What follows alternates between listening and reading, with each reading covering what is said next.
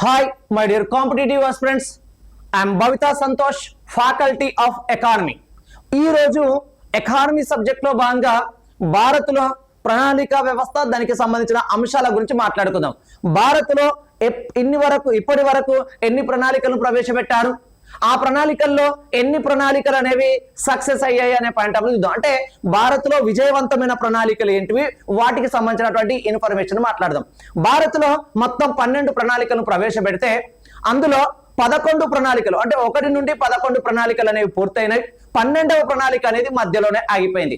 12వ ప్రణాళిక మధ్యలోనే ఆగిపోయి 2015 జనవరి 1 నుండి భారతదేశంలో ప్రణాళికా సంఘం స్థానంలో నీతి ఆయోగ్ అనేటువంటి విధానాన్ని ఎన్డీఏ గవర్నమెంట్ ప్రారంభించుకుంది. మరి భారత్లో ఏ ప్రణాళికలు విజయవంతమయ్యాయంటే 1వ ప్రణాళిక సక్సెస్ అయింది, 5వ ప్రణాళిక సక్సెస్ అయింది, 6వ ప్రణాళిక సక్సెస్ అయింది, 7, 8 ప్రణాళికలు సక్సెస్ అయ్యాయి. అంటే భారతదేశంలో మొత్తం పూర్తయినటువంటి ప్రణాళికలు 11 అయితే, అమలు చేయబడ్డ ప్రణాళికలు 11 అయితే అందులో సక్సెస్ అయినటువంటి ప్లాన్స్ మాత్రం 5. 1, 5, 6, 7, 8. మరి వాటికి సంబంధించిన ఇన్ఫర్మేషన్ తీసుకుందాం. భారత్లో సక్సెస్ ప్లాన్స్ ఎన్ని అంటే మొత్తం 5 నానా 5. అందులో 1, 5, 6, 7, 8 ప్రణాళికలు.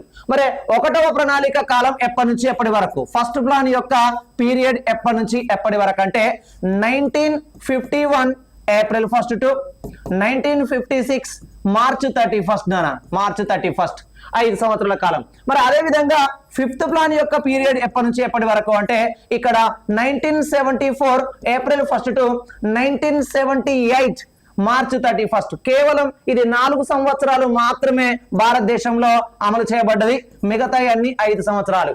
ఎందుకంటే దానికి గల రీజన్ ఏంటంటే ఇక్కడ జనతా ప్రభుత్వం ఈ 5వ ప్రణాళికను, ఇందిరాగాంధీ ప్రవేశపెట్టినటువంటి 5వ ప్రణాళికను 1 సంవత్సరం ముందుగానే రద్దు చేస్తాయి కాబట్టి 4 సంవత్సరాలు మాత్రమే అని చెప్పుకోవచ్చు. తర్వాత 6వ ప్రణాళిక యొక్క కాలం తీసుకుంటే 1980 ఏప్రిల్ 1 నుండి 1985 మార్చ్ 31. ఈ మధ్య కాలంలో ఎవరు ప్రధానిగా ఉన్నారు అంటే ఇందిరాగాంధీ గారే ఉండడం జరిగింది. తర్వాత 7th ప్లాన్ 7వ ప్రణాళిక యొక్క కాలం 1985 ఏప్రిల్ 1 నుండి 1990 మార్చి 31. ఈ మధ్య కాలంలో ఎవరు ప్రధానిగా ఉన్నారంటే రాజీవ్ గాంధీ గారు.